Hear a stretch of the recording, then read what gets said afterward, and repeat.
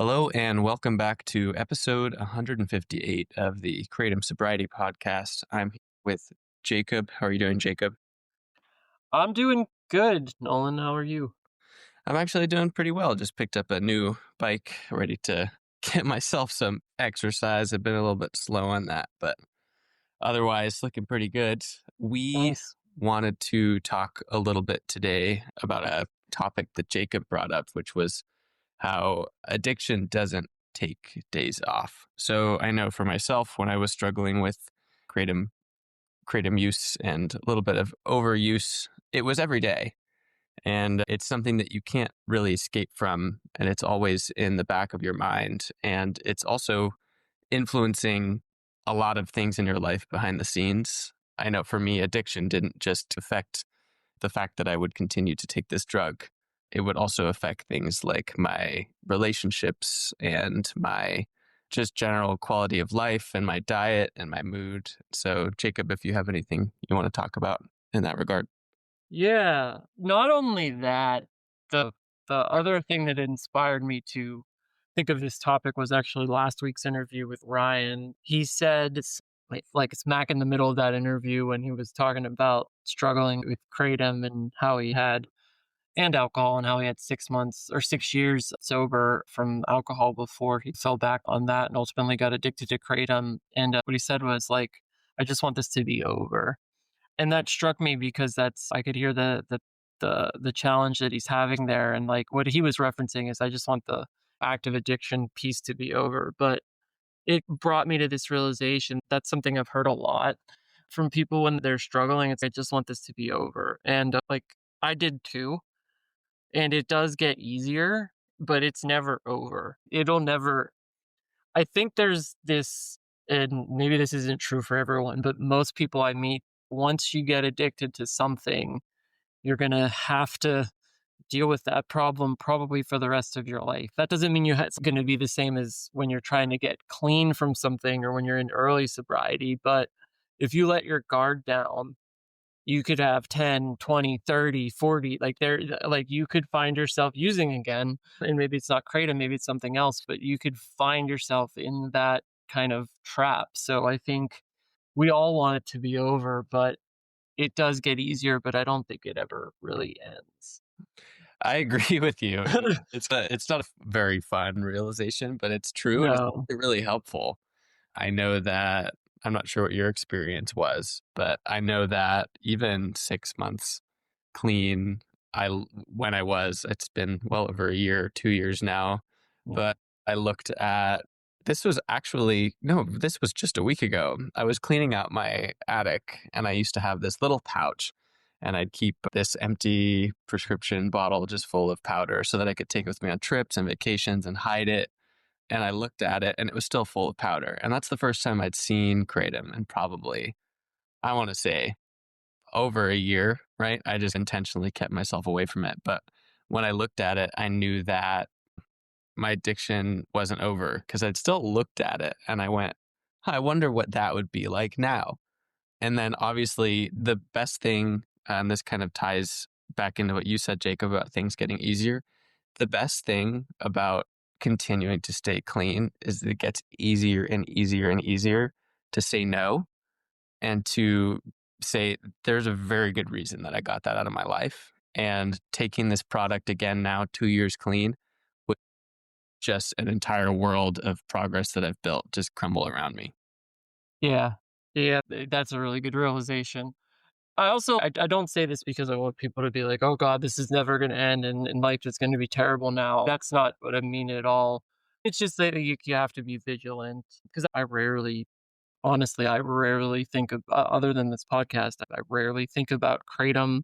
Walk into stores all the time where it's behind the counter. I don't even, honestly, I hardly even notice it these days because I'm not even paying attention. You know what I mean? So it definitely gets a lot easier, but I think once you learn that you can go buy something and take something and you have that fading affect bias where you remember the good parts and you can put aside the ugly parts if you want, convince yourself to get back into it, but it does get a lot easier. Oh, absolutely. Yeah. And like Jacob said, we're not saying this stuff to psych you out so that you think that it's an impossible task and it does more harm to your life to quit than good. That's absolutely not true. And keep in mind that everyone's quitting experiences vary. So I know that I've had a lot of comments, whether it be just on YouTube or in person or anything like that, where people say, I quit Kratom. And then 3 weeks later, I didn't think about it once and or ever again. And then there are other people, of course, like myself and maybe Jacob, where that wasn't quite the case. So just keep in mind to just if you haven't yet quit or you're thinking about it, just cross that bridge when you get to it, take it slow. And yeah, do yourself a favor. Yeah, definitely. And like you said, everybody's different experience is different. Some people, like me, typically have a problem with any substance they're going to ingest. Other people, they may have had a kratom problem and they never had a problem with alcohol and they can have a glass of wine or whatever here or there and it's fine. Yes, it's totally fine. And I guess before we wrap up, I mean, some of the most negative comments I always see on YouTube channels that deal with kratom addiction or forums or books or anything like that. They're always people that didn't have a negative experience quitting and also didn't just don't understand the struggles that other people that actually do struggle with it have gone through. And I find that so fascinating. Anyway, but Jacob, thank you for joining me. Anything else you wanted to touch on?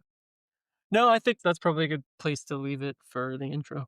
Great. Yeah. Thank you, everyone, for tuning in. As always, stay strong. And we hope to hear from you. If you have any feedback or stories or anything you want to share, feel free to get in touch with us. And thank you so much. Thank you.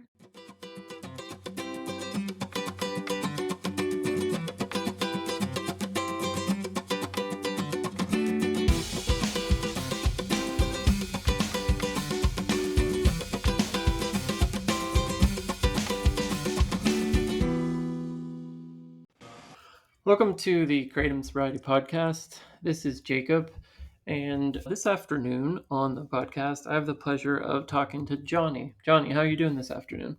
I'm good. Thanks. How are you, Jacob? I'm doing well, thank you. Thank you for asking. So, Johnny, how do you want to introduce yourself to our audience? Things like your age, what do you do for a living, location, anything you want to share. Yeah, sure. My name's Johnny. I'm from the Philly area. I'm from Delco. Go Birds. And yeah, I'm 34. I actually just turned 34 a few days ago, and I work in like the construction field. I'm in a union in a trade here in the Philly area. That's my 9 to 5. And yeah, I live in a recovery community, a sober living community in the Philadelphia area. Yeah. All right, that's cool. Yeah, I think it'll be good to get into some of that with for our listeners because maybe someone else is thinking that's a journey they might want to take and Yeah, in a for sure. recovery center themselves. Cool. Anything you like to do for fun or hobbies like or anything like that? Yeah, my major interest and passion in life is yoga, actually. I practice Ashtanga yoga, which is like a very traditional style, like that has its roots back in India. So I've actually spent a good amount of time in India practicing and yoga and studying yoga philosophy and spirituality and stuff like that. So my last trip there was 2018. I spent 4 months in India and traveled Oh around Asia. wow, 4 months. Yeah, That's crazy. yeah, so I'm super into like spirituality and yeah, but yoga really is the Ashtanga yoga is like the main focal point of that interest. That's awesome. So yeah, I've always wanted to go to India. I've never been there. yeah, Maybe someday. Cool. That would be a fun podcast to do to learn all about yeah, that, but yeah. I'm not here to probably talk about not yoga. for there. Yeah, no, Yeah. but good to introduce yourself to the listeners. Cool. Let's talk about why you're here today. So, what is your kratom abstinence date? How long have you been kratom free at this point? I got clean on May 8th, so I guess Nice. I'm looking at 76 days or something like that, coming up on 90 days. So Coming up on yeah, 90 days. Yeah, that's great, man. Congrats. I'm glad to hear it. And yeah, for the listeners, we're recording this on July 26th, 2025.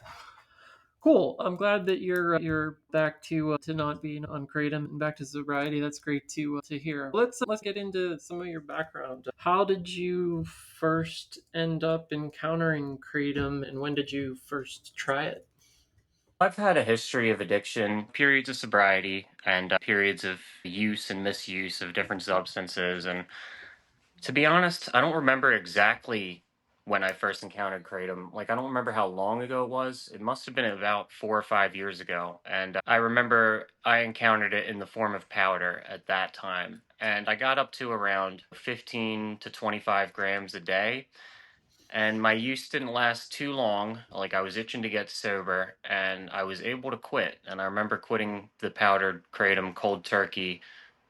It wasn't easy, but it wasn't too bad. You know what I mean? Maybe I hadn't been using for that long, but I was able to get through it, and that was a while ago. And but my use got way worse later on. So that first use was just powdered kratom, and then there were times within the last 4 or 5 years where I dabbled in the extracts a little bit, and then was able to pull back and stuff like that. And then there were other drugs being used at this time as well, like over the last few years, but I recently, within the last year, I guess a year and a half or something, I encountered the 7 hydroxy 7-OH, and that's when my use really got out of control. And Mhm. that was about, I guess I'm going on, I would say about a year ago, I started using the 7-OH. Okay. And it pretty quickly got out of control by the fall, by like last October, November. That's when I was using like over 500 milligrams a day and yeah, every day. And it was Oh chronic wow. addiction. Yeah, 500 milligrams a day. That's a significant habit for sure. Just to go back to, you mentioned like other substances. Were you primarily opiates type of person, or was it like all over the map? I'm 34 now, and when I was younger, like 18 to 21, I started using drugs at a very young age, like in my teens. But I Yeah. remember having an issue with like oxys back in the day, Oxycontin, when that was like a big thing. And I did have some habitual use around that, but I remember at that age, I didn't have the money, thank God, To to sustain a like habit, to yeah. sustain the habit. And so I smoked a lot of weed back then and did all that kind of stuff too. And so yeah, opiates were a thing in my history, but I guess alcohol really. I identify and call myself an alcoholic. Yep. Alcohol has been my biggest problem. It seems like things start and end like with alcohol, and there's usually if I'm using any type of drug, there's alcohol in the mix somewhere, and it's caused a lot of problems for me over the years. Yeah, we sound very similar. I Yeah, relate to all that. yeah, but I've had little stints with lots of things, with opiates, cocaine, crack. Okay. I did a lot of psychedelics at one time, ketamine. I used to do lots of like just I've just had like different periods of different drugs.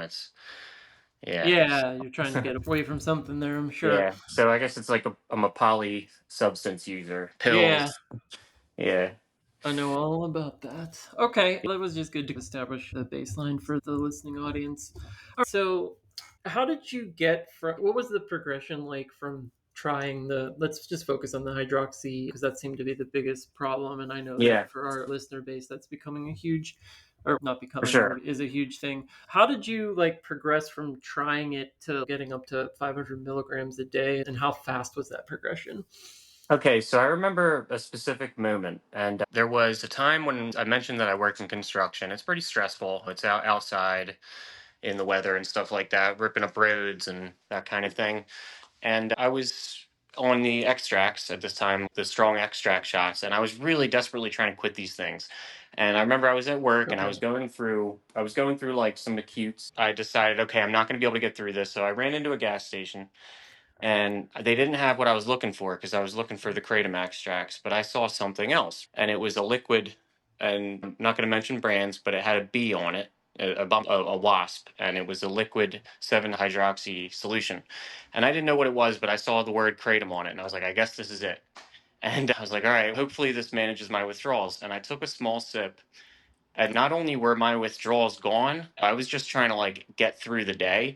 I took a small sip of this stuff and it was like bam, like I was on this high that I had never had before. And I was like, oh my God, this is what did I just take? And I Yeah. went through the rest of the day. The rest of the day just breezed by. I had all the energy I needed. And I went home and I took another sip at some point, went home and cleaned my entire house top to bottom. And then I Googled it. And I was like, what is this 7 hydroxy stuff? And I Googled it and it landed me to Reddit, and I found a page where people were talking about it, and I quickly found out that this stuff could be very dangerous and addictive. After reading the Reddit, I was like, oh wow, okay, I got it. Like I had the feeling when I took it from my history with other opiates and stuff Yeah. that this was something different. And now I'm on Reddit reading about how addictive it was, yet that wasn't enough to stop me. I went back probably the next day or it's and went and bought the same stuff. I was like, let me get more of that. Yeah. And then it was off to the races. And I was taking that liquid shot for a while. And then I remember I decided to quit that. I went through a withdrawal from that cold turkey because luckily I hadn't been using that long and I was able to withdraw cold turkey. Didn't stay clean for long.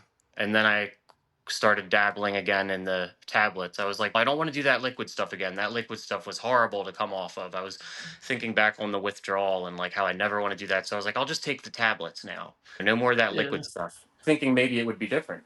So now I'm taking tablets, and that quickly progressed. It was $30 a day, like 3 tablets a day. It's 90 milligrams.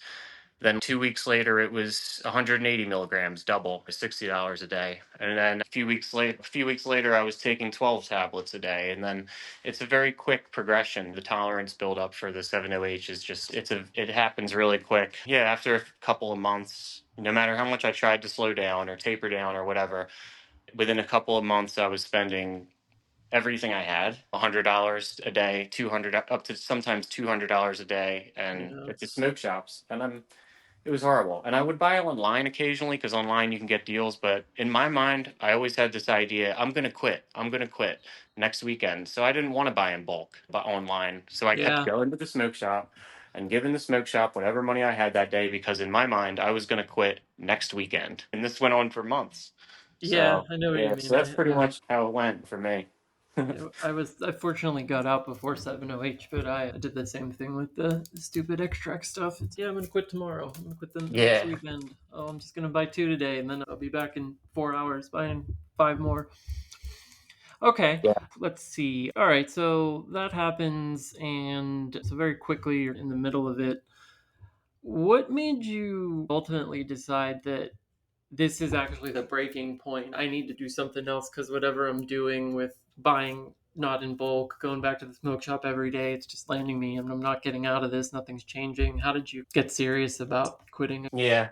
The thing is, throughout this whole addiction, I really wanted to be clean the entire time. I really didn't want to be using at all. I found Hmm. 7 hydroxy and I was already trying to quit. I was trying to, like I mentioned, I was trying to quit kratom extracts, and that's how I like found 7 hydroxy. So now Yeah, it was like a I horrible accident almost for you. yeah, for a lot of people, that's how kratom is. Yep. Like the infamous like little blue bottles that everybody got addicted to. I did a bunch of those too at one point. The kava kratom drinks, and I would combine that with the 7 hydroxy sometimes. And yeah, but anyway, so I did want to quit, and I'm pretty connected with AA. Like I've had periods of sobriety over the years, and so I was going to AA meetings, and my friends, I have friends in recovery, and I was at this point I was being honest with people saying I really want to quit this, and I kept making attempts on my own. I was basically what I was doing whatever I could to not go to rehab because I didn't want to go to treatment, because actually I had been in treatment last year for alcohol before this addiction, this run, or this cycle. Like I had been in treatment for alcohol and cocaine, and I was like, I don't want to go back there. I was just there. I was just in Yeah. rehab. I'm not going back. So I was doing whatever I could to quit. And I was going to AA meetings and talking to friends. And at one point, my friends let me sleep over their house for a few days, like to try to cold turkey, keep me on lockdown with them. That didn't work. I left in the middle of the night and used.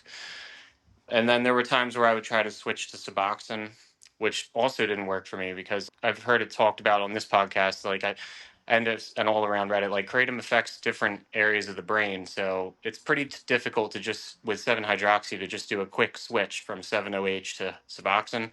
Because the first couple of days, since kratom and these alkaloids, they'll affect different receptors like serotonin and GABA and stuff like that. So it doesn't Yeah. fully get rid of all your cravings. So I would try to switch to Suboxone. It didn't work. And then, so it really wasn't my choice, but eventually I switched again, like trying to play doctor with myself, like we always do as addicts. I switched to benzos to try to manage my withdrawals. Oh man. And so now I'm taking benzos, and I fell asleep at the wheel and wrecked a truck, ran into the barrier. No other drivers involved, thank God.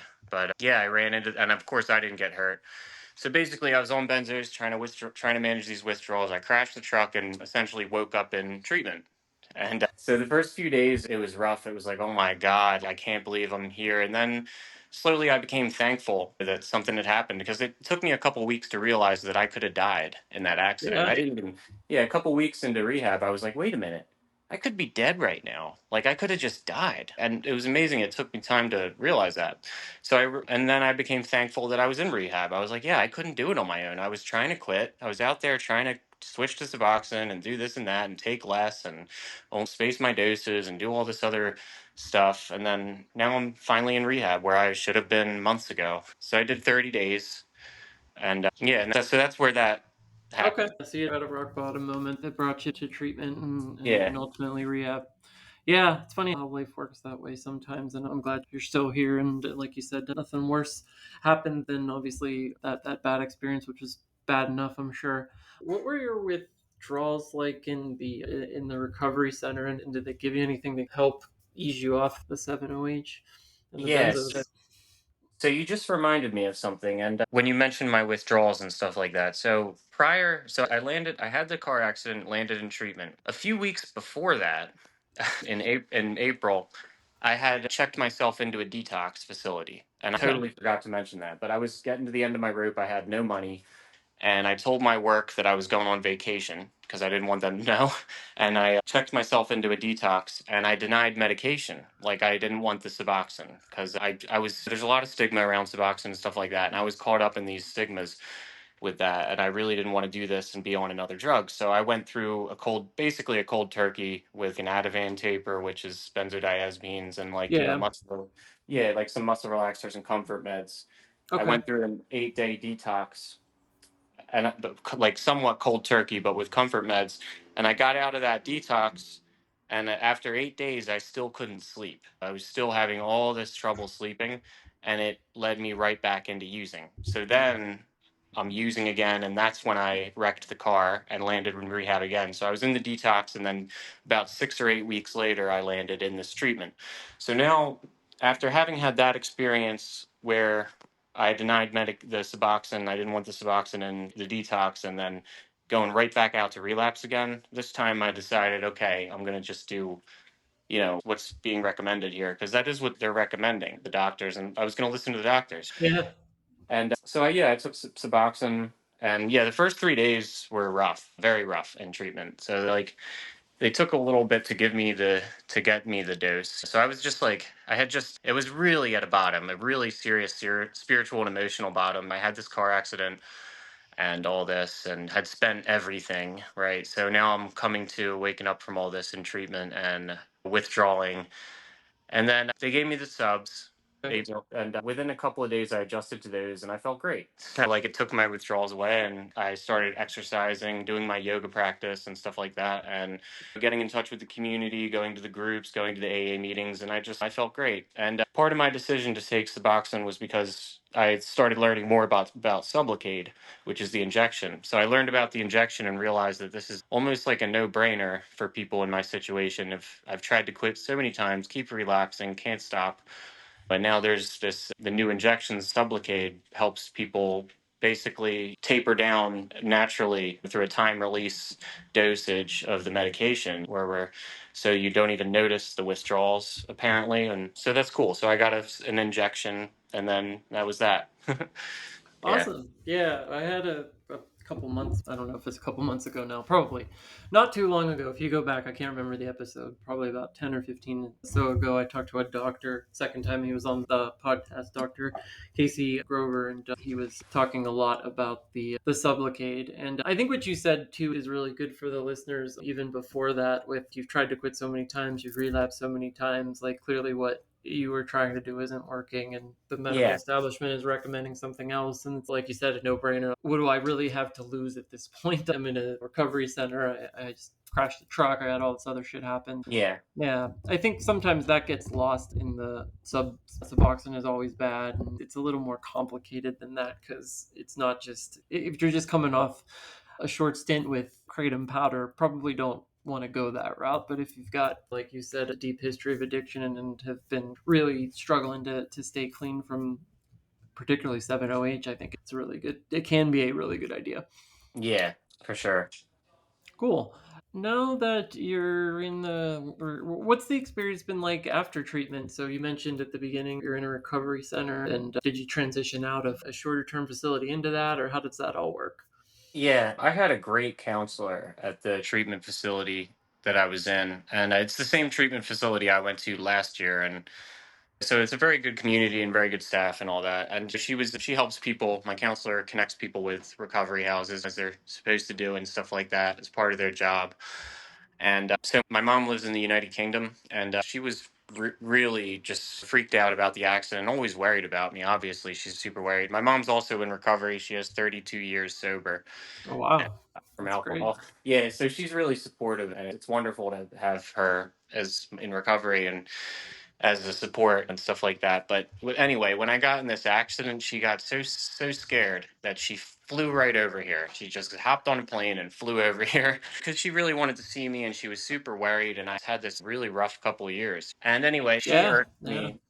Basically, part of her flying here was it was I had been thinking I wanted to go to a recovery house before. I've never been in one, and last year when I got out of treatment, I wanted to go, but I had all these reasons for not going. I was like, no, I got to get back to work and this and that, or all these things that I was afraid of.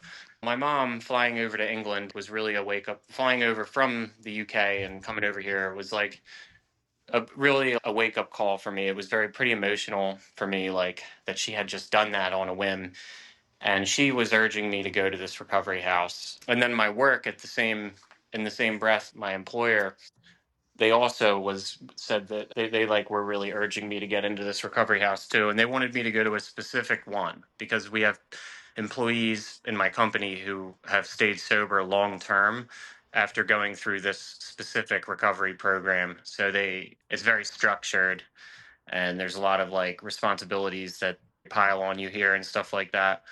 So my mom flew over from England, and she met with me at the treatment center, and she delivered the news. She's, I want you to go to this recovery house, and your work wants you to go. She was talking to my boss. Oh She's wow. yeah, they want you to go. Everybody wants you to go. Of course, my first initial reaction was like, no. Oh my God, no way, I'm not doing that. And this is me like 8 days sober. I was 8 days sober. I was like, no, there's no way. No way I'm Yeah, doing this. I'll be fine. Don't worry about it. Yeah, mainly because I was afraid because I had heard that this particular recovery house was very like strict and stuff like Oh, that. okay, okay. And like I was like, no, I can't, that's gonna be stressful for me and this and that. And I made like excuses. And then I realized I came to I after a few days, like I realized I was being a bit arrogant. I was like, no, you know what? I do need this. Like I kept thinking to myself, I'm not that bad. You know how we tell ourselves like, oh no, I'm not that bad. I don't need a strict program. I don't need this kind of thing that you want to push on me. But then I realized I was a bit in denial. Like I am that bad. You know what I mean? I spent all my Yeah. money. I wrecked a vehicle. I've been in treatment a few times over the last few years, and it's wow, like I really do need to like just put my ego aside and do what I go into this program, which actually isn't bad. It's not. You get a lot of rumors flying around and treatment in the recovery community. Oh, that place is so strict, this and that, but it's really not. It's not that bad. It's just structured and there's accountability and they require us to do certain things and it's good. It's a good program. I like it here. What's a typical day like? Since you mentioned strictness and stuff, like Yeah. what does the structured day and for you look like in the recovery center? It's just a like they own 7 or 8 houses in this area, so it's a recovery house. Recovery house. Okay. Yeah, there's seven or 8 different properties, and like you live with addicts from all different backgrounds, and it's really not that they just have requirements like you have to get a sponsor, you have to go through the steps and stuff like that. And they have feeling Okay. checks. There's groups that we belong to where we have to check in 3 times a day and kind of Facebook groups where we like report like how our day's going, how we're feeling. And we write a schedule in the morning and we send our schedule to our house manager. This is what we're doing today, that kind of thing. And then there's some accountability stuff involved in this program too, like where we're supposed to call each other out on our business. If you see somebody like acting Yeah. in a selfish way or doing something they shouldn't be doing, then we're supposed to tell on each other. There's like a kind of a, it's like an accountability thing. So there's that. And then they require you to go to meetings and then they have their own meetings, like the recovery program, we have our own meetings on Fridays, Wednesdays, and Sundays. So it's just structured. It's not really like strict. It's not like there's somebody monitoring me 24/7 or anything like that. I can live a normal Yeah. life, go to work. They require us all to be an IOP, that kind of thing. It's just keeping people, making sure people are doing the right thing for their recovery, Yeah, I and know you. we're engaged in our recovery. We don't just live here and do whatever we want. We have to be engaged in our recovery here. Yeah.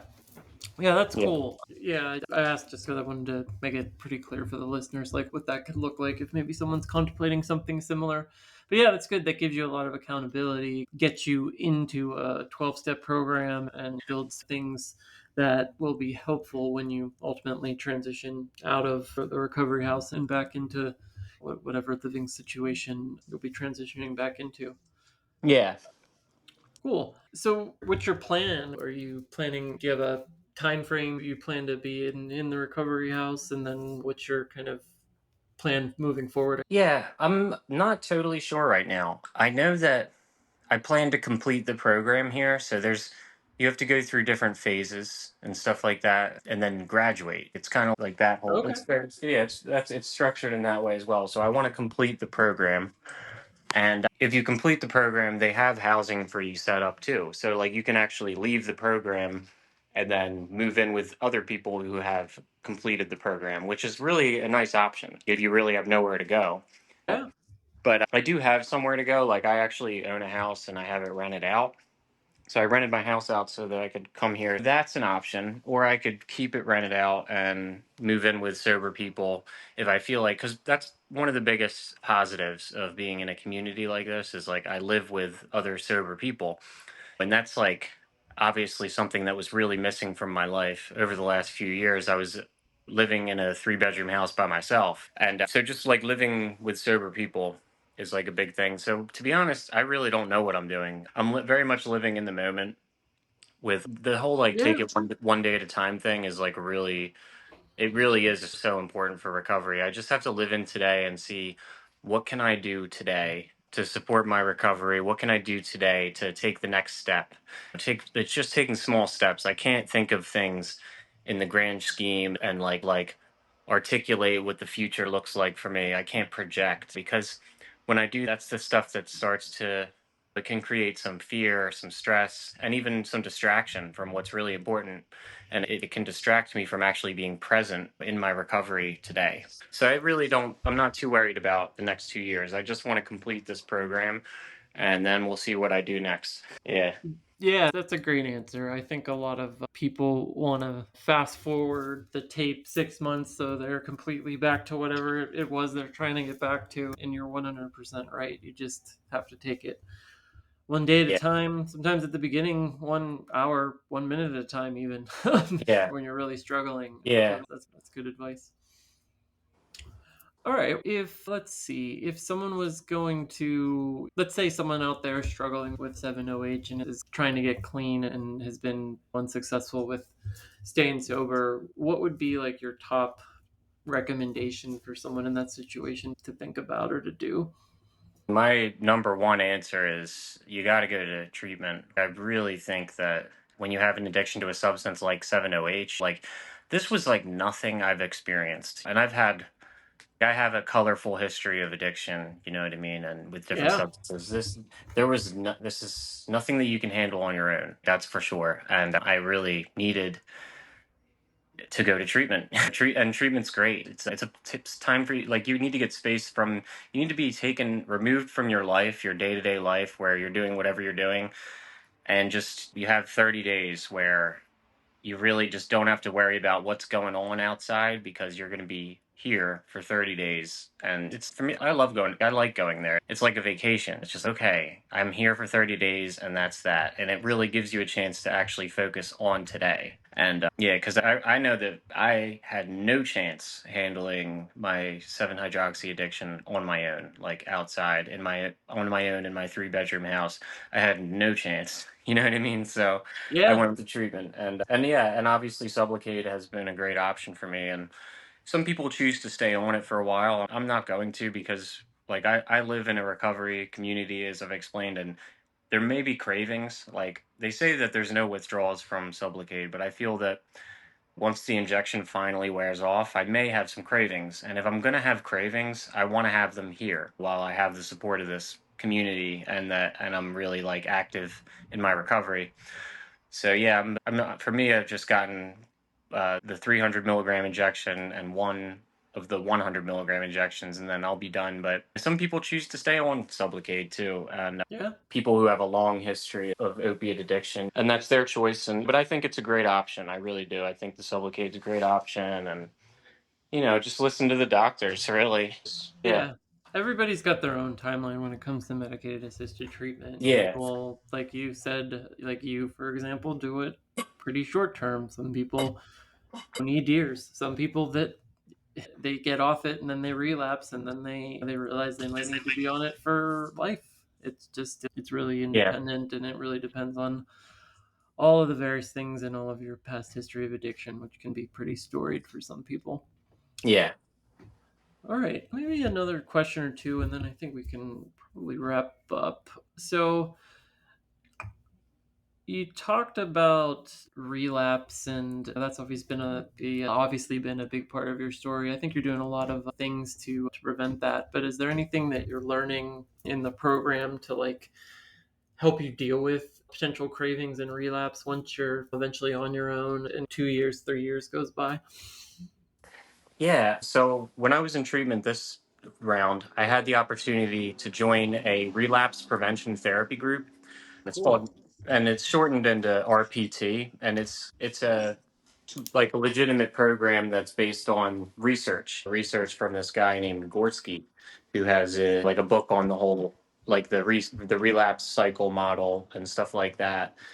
And so this stuff is taught in certain treatment centers, and it's called RPT for short. So I was in that group, which is really great. And we actually all stay connected on Zoom. Anybody who's graduated or completed the RPT program, we stay connected every Friday on a Zoom meeting. And it helps us, it's a very like individual kind of approach to understanding your personal relapse cycle, like by looking at the evidence from over the years of different periods you've had where you've stayed clean and then the periods where you've relapsed and what are the different things that led to that and helps you identify where you are actually like where you are currently like where it helps you identify like how like basically the strength of your recovery at any given moment based on your own personal history. It's pretty cool. There's a lot of writing involved that we did in treatment and to build this model for ourselves. And like I said, then we have a Zoom meeting on Fridays, which kind of is like a regular It's almost like an AA meeting, except that we share and discuss like topics that are related to the RPT framework. So that's a really great resource. And then obviously my other like major tool for just keeping myself spiritually, mentally, and emotionally fit is my yoga practice. I do Yeah. yoga. Yes, I do yoga just about every single day. I'm supposed to take one day off a week. That's traditionally like in the style of yoga I do. We're supposed to take like Saturdays off and full moon and new moon. Yeah, but for the most part, I basically do it every day and take days off, and that really sets the tone for my day. Just having that routine. I think any type of exercise is really super important for people like us. But yeah, my Yeah. yoga practice really sets the tone for my day. It's a wonderful tool to have. And I also meditate, like I meditate following the like at the end of the yoga practice, I'll meditate for 10 or 15 minutes and prayer too actually. I pray and stuff like that. Just because I'm also engaged with the AA program, which is another tool that helps me expand my spirituality and stuff like that. And yeah, just like really making use of what's out there. There's a lot of people who have been down this road of addiction, and a lot of us who have been through it again and again too. And like just learning from the experience of other addicts, what has worked for them, and you'll find like it's routine, spirituality, meaningful relationships, and service to others, and all this kind of stuff. And it's just what keeps our recovery like really strong. Yeah, yeah, I know exactly what you mean. I love that you've got a multifaceted approach to really address that. And I did not know about the RPT. I'm definitely going to look into that myself because I think that Yeah, could be helpful for me. So thank you for that. All yeah. right, maybe one or two more questions. So let's see. You mentioned traveling to India. If you had all the money and all the time, is there anywhere else you'd like to travel in the world? Yeah, like I did do some traveling in India and Asia. That once you've been since I've been there before, I just want to go back, really. So I hope that I can Yeah. allow the space in my life at some point, hopefully in the next 5 years. Like I'd really love to do more traveling around Asia. I love it. I love Eastern religion, and and just over there in general is just like it was so much fun. It was just a lot of fun. I was really Yeah, it was a great time. So I just want to go back to Asia and definitely India as well. But yeah. Cool. All right. Is there anything else you want to get into before we wrap up here, or anything you want to share with the audience? No, I think I'm good. I think we covered a lot. I think Yeah. so too. Cool. Johnny, I just want to say thank you so much for coming on. It was really good to. I think there was one other person a long time ago that I talked to that was living in a sober living. I think somewhere in New England. Probably, God, it was a while ago. But it was really Yeah. good to get you on to get that perspective, get a fresh one, and share that with the audience. I think that'll resonate with folks. And it was really good talking to you. And I'm glad to see that you're doing so well. Yeah. Yeah, thank you so much. It's been a real pleasure interviewing for you guys. I've been listening over the years. I think I've been listening for a couple of years at Nice. different times, and I've always really appreciated the work you guys do. It's and I love the format of this too, like the interview format that you guys do. It's a really great tool to learn about people's processes and like how they get through things. It's a really great format for recovery, honestly. Yeah, I joined the podcast like 15 episodes in, and I found it when I was in the midst of getting clean for what was hopefully the last time. And yeah, it was awesome, and I'm just glad to be a part of it. But again, thank you so much, and have a nice rest of the day, and I hope to hear from you soon. All right, great. Thank you. Yep, bye. Bye.